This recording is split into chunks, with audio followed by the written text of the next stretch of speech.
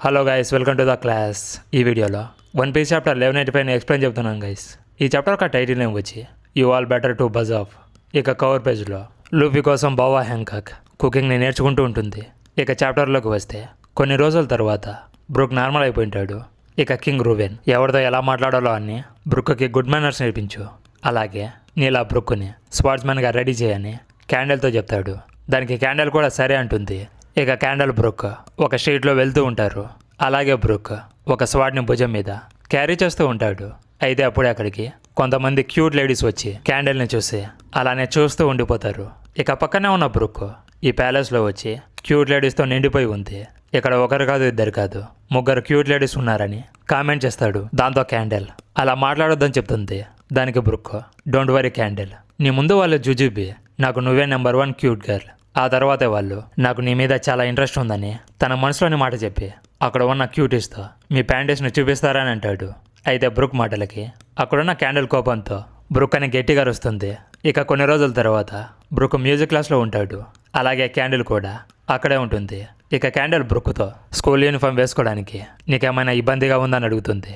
దానికి బ్రూక్ ఆ school uniform నా స్టైల్ని స్పాయిల్ చేస్తే నేను ఇక్కడ ఉండలేను, దానివల్ల నేను మంచి ట్యూన్స్ని క్రియేట్ చేయలేను. కానీ మీరేం వరి అవ్వకండి, నేను కూడా ఒకరోజు రాయల్ గార్డ్ కార్ప్స్ లాగా యూనిఫామ్ వేసుకొని రాక్ చేస్తానని చెప్తాడు. ఇక నెక్స్ట్ డే బ్రూక్ బాగా ప్రాక్టీస్ చేసి అలసిపోయి బెడ్ మీద గిటార్తో అలానే పడుకుండిపోతాడు. అది క్యాండిల్ చూసి చాలా క్యూట్గా ఉన్నాడని స్మైల్ చేసి ఒక అమ్మలాగా తనకి రగ్గును కప్పుతుంది. ఇక ఒకరోజు బ్రూక్ అలాగే 2 రాయల్ గార్డ్స్ ఒక ప్లేస్లో ఉంటారు. అప్పుడు రాయల్ గార్డ్స్ అతన్ని చూస్తుంటే నాకు చాలా జలస్గా ఉంది, ఈ కిడ్ లేడీ క్యాండిల్తో ఉండడము నేను ఇంకా దాన్ని నమ్మలేకపోతున్నా అని అలా బ్రూక్ ముందే ఇద్దరు మాట్లాడుకుంటూ ఉంటారు. ఇక బ్రూక్ స్వాడ్తో లేడీ క్యాండిల్తో ఒక ప్లేస్లో ట్రైనింగ్ చేస్తూ ఉంటాడు. అప్పుడు బ్రూక్ మీ లైఫ్లోకి ఎలాంటి పర్సన్ రావాలని మీరు అనుకుంటున్నారని క్యాండిల్ని అడుగుతాడు. దానికి క్యాండిల్ ఒక పర్సన్ ఉన్నాడు కానీ తను నా టైప్ కాదు, కానీ నేను స్వాడ్తో ఇంత హార్డ్గా ట్రైన్ అవ్వడానికి మెయిన్ రీజన్ వచ్చి నేను తన పక్కన ఉండడం కోసమే అని పెళ్లి కూతురులా చాలా క్యూట్గా సిగ్గుపడుతూ చెప్తుంది. దానికి బ్రూక్ ఒకవేళ నువ్వు అబ్బాయిలా కాకుండా ఒక అమ్మాయిలా డ్రెస్ వేసుకుంటే తను నిన్ను నోటీస్ చేసే ఛాన్స్ ఉందని చెప్తాడు. దానికి క్యాండిల్ అదేమీ అవసరం లేదు, తన దగ్గర ఉండడమే నాకు చాలా అని చెప్తుంది. దానికి బ్రూక్ సర్ప్రైజ్ అయిపోయి అంటే నువ్వు మాట్లాడుతున్న పర్సన్ అది నేనా అని అంటాడు. దానికి క్యాండిల్ ఇరిటేట్ అయిపోయి నామేలాగా ఎక్స్ప్రెషన్స్ని పెట్టి నువ్వు కాదని చెప్తుంది. ఇక ఒకరోజు క్యాండిల్ బ్రూక్ ఇద్దరు కలిసి ఒక స్ట్రీట్లో వెళ్తూ ఉంటారు.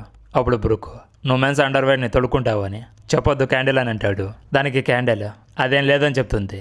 ఇక బ్రూక్ అయితే నీ ప్యాంటీస్ని ఒక్కసారి చూపించమని అంటాడు.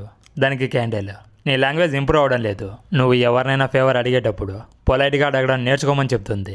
దాంతో బ్రూక్ ఈసారి చాలా పొలైట్గా దయచేసి మీ ప్యాంటీస్ని చూపిస్తారని అడుగుతాడు. దాంతో క్యాండిల్ తన తల మీద ఒక మొటిక వేసి నేను చూపించాను, ఫస్ట్ మేనర్స్ అంటే ఏంటో నేర్చుకో, ముందు నిన్ను ప్రాపర్గా ట్రైన్ చేయాలని చెప్పి నీకు బలం ఒకటే ఉంటే సరిపోదు, మంచి మేనర్స్ కూడా ఉండాలని చెప్తుంది. దానికి బ్రూక్ అలా గుడ్ మేనర్స్తో ఉండడానికి నా బెస్ట్ని నేను ఇస్తా అని చెప్తాడు. దాంతో బ్రూక్ ఫ్లాష్ బ్యాక్ అయిపోతుంది. ఇక ప్రజెంట్లో లేడీ క్యాండల్ని అడ్మైర్ చేయని సోల్ ఇక్కడ ఒక సోల్ కూడా లేదని పాడుతూ ఉంటాడు. ఇక సూర్యుతో ఈ నేషన్లో తను ఒక సన్లాగా షైన్ అవుతూ ఉంది. కానీ ఒకటి చెప్పడం మర్చిపోయా, ఈ ఎస్పీరియా కంట్రీలోకి ఒకసారి వరల్డ్ గవర్నమెంట్ అడుగుపెట్టింది. దాంతో కంట్రీ మొత్తం ప్యానిక్ అయిపోయింది. మన కంట్రీలో ఉన్న సిటిజన్స్ అలాంటి స్టేచర్ ఉన్న పీపుల్స్తో ఒక్కసారి కూడా డైరెక్ట్గా డీల్ చేయలేదు. అలాంటి ప్రెజర్ని ఎప్పుడూ కూడా ఫీల్ అవ్వలేదు. ఆ ప్రెజర్ వల్ల లేడీ క్యాండల్ కొన్ని మంత్స్ వరకు అలానే బెడ్ మీద ఉండిపోయింది. ఆ టైంలో మన కింగ్డమ్ ఎలాంటి చీకటిని ఫీల్ అయిందో నువ్వు అసలు బిలీవ్ చేయలేవు. సేమ్ మన కంట్రీలోని సన్సెట్లో ఉంటే అయితే అది జస్ట్ బిగినింగ్ మాత్రమే. ఆ ఇన్సిడెంట్ తర్వాత ఎన్ని న్యూస్, రూమర్స్, రిపోర్ట్స్ వచ్చాయో మీరు ఊహించలేరు. ఆ తర్వాత మీ నాన్న ఈ కంట్రీకి రాజు అయ్యి సింహాసనంలో కూర్చున్నాడు. అలాగే అదే టైంలో తను క్యాండల్ని పెళ్లి చేసుకున్నాడు. దాంతో కంట్రీ మొత్తం లైవ్ కాన్సర్ట్తో సెలబ్రేషన్స్ని అంగరంగ వైభవంగా చేసుకున్నారు. ఆ తర్వాత నువ్వు పుట్టావు ప్రిన్సెస్ షూరి. దాంతో ఈ కంట్రీ సంతోషంతో పండగ చేసుకుంది. ఇక్కడ ఉన్న సిటిజన్స్ అందరూ మేము తన ఫేస్ను చూడాలి, తను చాలా క్యూట్గా ఉంది, తను సేమ్ వాళ్ళ అమ్మలా ఉందని అందరూ అన్నారు. ఇక టాపిక్లోకి వస్తే ఇప్పుడు నీకు పూర్తిగా అర్థమై ఉంటుంది. అందుకే మీ ఫ్యామిలీ అంటే నాకు చాలా ఇష్టం. నా జీవితంలో వాళ్ళు అతి ముఖ్యమైన వాళ్ళు. నిజం చెప్పాలంటే వాళ్ళ కోసం నా ప్రాణాలైనా ఇస్తా అని చెప్తాడు. అప్పుడు సూర్య ఒకవేళ నేను డేంజర్లో ఉంటే నువ్వు ఏం చేస్తావు బ్రూక్ అని అడిగితే ఒక్క క్షణం కూడా ఆలోచించకుండా నా లైఫ్ని సాక్రిఫైస్ చేసుకోవడానికైనా రెడీ అని చెప్తాడు. దాంతో సూర్య సమంతలాగా బొంగమూతిని పెట్టి నేను వాళ్ళ కూతురునేగా నీ లైఫ్ని ఇచ్చి సేవ్ చేస్తానని చెప్పావని అంటే లేదు నువ్వే కాబట్టి అని జోబిలో నుంచి లాలీపాప్ని తీసుకొని సూర్యకి ఇస్తాడు. దాంతో సూర్య లాలీపాప్నే చూస్తూ జొల్లు కారుస్తూ ఉంటుంది. అయితే బ్రుక్ దాన్ని సూర్యకి ఇవ్వకుండా తనే తింటాడు. దాంతో సూర్య తన స్వాడ్ని బయటికి తీసి బ్రుక్ మీద అటాక్ చేస్తుంది. కానీ బ్రుక్ ఆ అటాక్ని బ్లాక్ చేస్తాడు. ఇక ఆ తర్వాత తను నార్మల్గా బిహేవ్ చేయడం స్టార్ట్ చేస్తుంది. ఇక బ్రుక్ సూర్యని చిన్నపిల్లలాగా తన భుజాల మీదకి ఎక్కించుకొని స్ట్రీట్లో వెళ్తూ ఉంటాడు. అప్పుడు సూరి హే డాడీ అని అరుస్తూ ఉంటుంది. దానికి బ్రుక్ ఇప్పుడు నువ్వేమీ చిన్నపిల్లవి కాదు, ఫాదర్ అని పిలవమని చెప్తాడు. ఇక నెక్స్ట్ ఫైల్లో చూసుకుంటే సూర్య ఆంటీకి ఇంజురీ ఉంటుంది. అది బ్రుక్ చూసి ఫస్ట్ ఎయిడ్ బాక్స్ని తీసుకుని వచ్చి సూర్యతో నీ పేరెంట్స్ నుంచి నీకు ఫ్రీడమ్ కావాలంటే ఇలాంటి సాంగ్తో బయటికి వెళ్ళని you all better buzz of అని ఒక సాంగ్ని పడతాడు. అయితే సాంగ్లో లిరిక్స్ చాలా వియర్డ్గా ఉన్నాయని చాలా ఇరిటేట్ అవుతుంది. ఇలా బ్రుక్ సూర్య ఇద్దరు గడిపిన మూమెంట్స్ని చూపిస్తూ ఉంటాడు.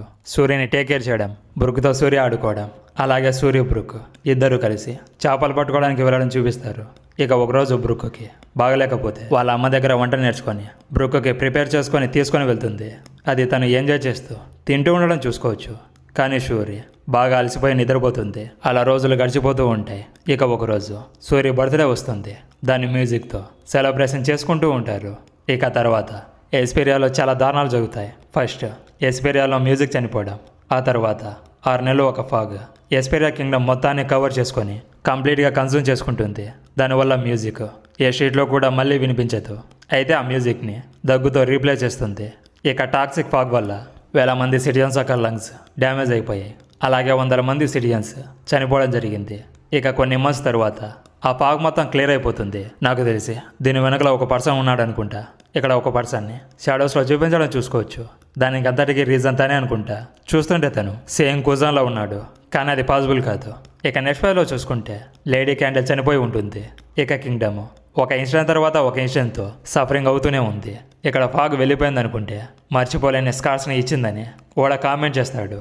అయితే క్యాండిల్ చనిపోవడంతో కింగ్, షూరి అలాగే బ్రుక్ కన్నీళ్లు ఇంకిపోయేంత వరకు ఏడుస్తూనే ఉంటారు. ఇక కొన్ని రోజుల తర్వాత రాయల్ గార్డ్స్ కింగ్తో మన వరల్డ్ గవర్నమెంట్కి ఇంకా రుణపడి ఉన్నాం.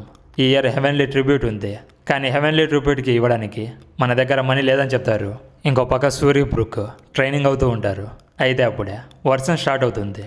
అప్పుడు బ్రుక్ సూరితో నువ్వు మోవడం చూస్తుంటే నాకు మీ అమ్మే గుర్తుకొస్తుంది. చూస్తుంటే కొన్నిసార్లు నువ్వు ఫ్యూచర్ని చూడగలవు అనిపిస్తుంది.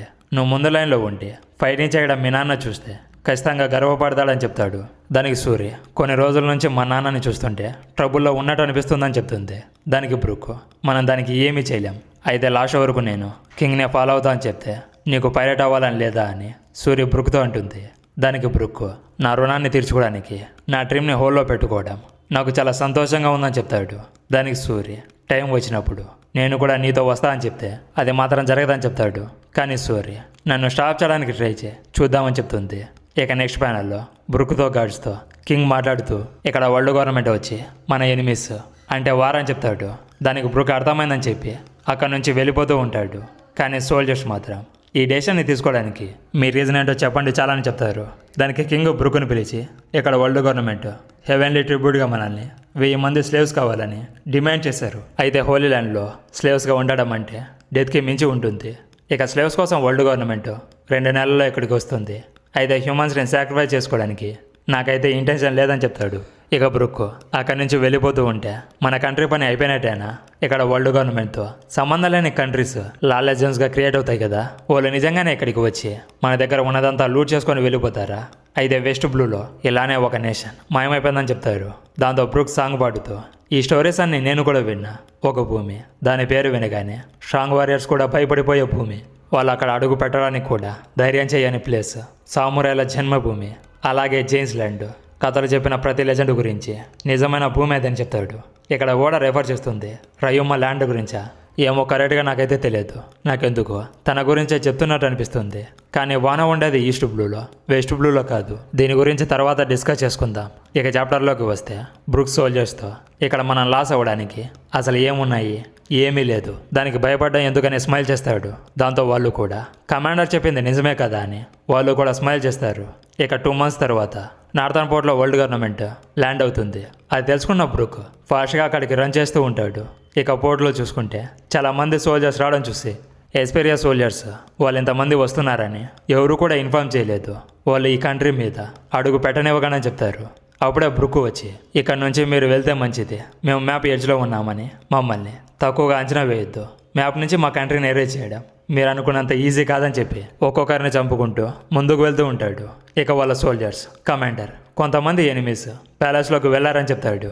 దానికి బ్రుక్ స్టైర్ కేజెస్ నుంచి నేను బరికేడ్ని చూసుకుంటా అని చెప్తాడు. అప్పుడే సూర్య కింగ్తో నేను కూడా ఫైట్ చేస్తా అని చెప్తే వద్దు, నేను వాళ్ళు హాస్టల్స్గా తీసుకుంటే మనకు ప్రాబ్లం అని చెప్పిన మాటల్ని బ్రుక్ గుర్తు చేసుకొని అక్కడ ఉన్న వరల్డ్ గవర్నమెంట్ సోల్జర్స్ని రైడర్స్ని చంపుకుంటూ ఫాస్ట్గా ప్యాలెస్ లోపలికి వెళ్తూ ఉంటాడు. అయితే దారిలో వాళ్ళు స్పెండ్ చేసిన జంక్ యార్డ్కి ఫైర్ అంటుకోవడం చూస్తాడు. ఇక ప్యాలెస్ బయట ఉన్న అందరినీ ఫినిష్ చేసి లోపలికి వెళ్తాడు. కానీ నేల మీద కింగ్ చనిపోయి ఉండడం చూసి, అది కూడా సూర్య చంపడం చూసి షాక్లో ఉంటాడు. అలాగే సూర్యతో పాటు అక్కడ వరల్డ్ గవర్నమెంట్కి సంబంధించిన ఒక పర్సన్ కూడా ఉంటాడు. అయితే తన ఫేస్ని మనకి క్లియర్గా చూపించారు.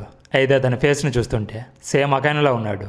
కానీ ఇక్కడ మార్స్ డీమన్ ఫామ్లో ఉన్న ఒక బర్డ్ని చూసుకోవచ్చు. ఏమైనా తను మార్సా నాకైతే క్లారిటీ లేదు. అలాగే సూర్య తను కూడా డెవిల్ ఫామ్లో ఉంటుంది. ఇక సూర్య బ్రుక్తో వారి గురించి వరి అవుతున్నావా, వారు ఎప్పుడో ఎండ్ అయిపోయింది. కానీ బ్రుక్ మాత్రం షాక్ అయిపోయి కింగ్ని చూస్తూ అలానే ఉండిపోతాడు. ఇక సూర్య ఇక్కడ వారు ఎండ్ అయిపోయినందుకు నీకు హ్యాపీగా ఏం లేదా అని బ్రుక్తో అంటుంది. అయితే అసలు ప్యాలెస్లో ఏం జరిగింది, ఎలా కింగ్ రూబెన్ చనిపోయాడని నెక్స్ట్ చాప్టర్లో రివీల్ చేస్తారు. సో నెక్స్ట్ చాప్టర్ అయితే మామూలుగా ఉండదు. ఈ చాప్టర్ మీద మీ ఒపీనియన్ ఏంటో కామెంట్ సెక్షన్లో చెప్పండి. ఇక వీడియోని ఎవరైతే లాస్ట్ వరకు చూసారో వాళ్ళందరికీ థ్యాంక్ యూ గైస్. నెక్స్ట్ వీడియోతో మళ్ళీ కలుద్దాం. అంతవరకు సెలవు తీసుకుంటూ మీ యానిమే రివ్యూస్ తెలుగు.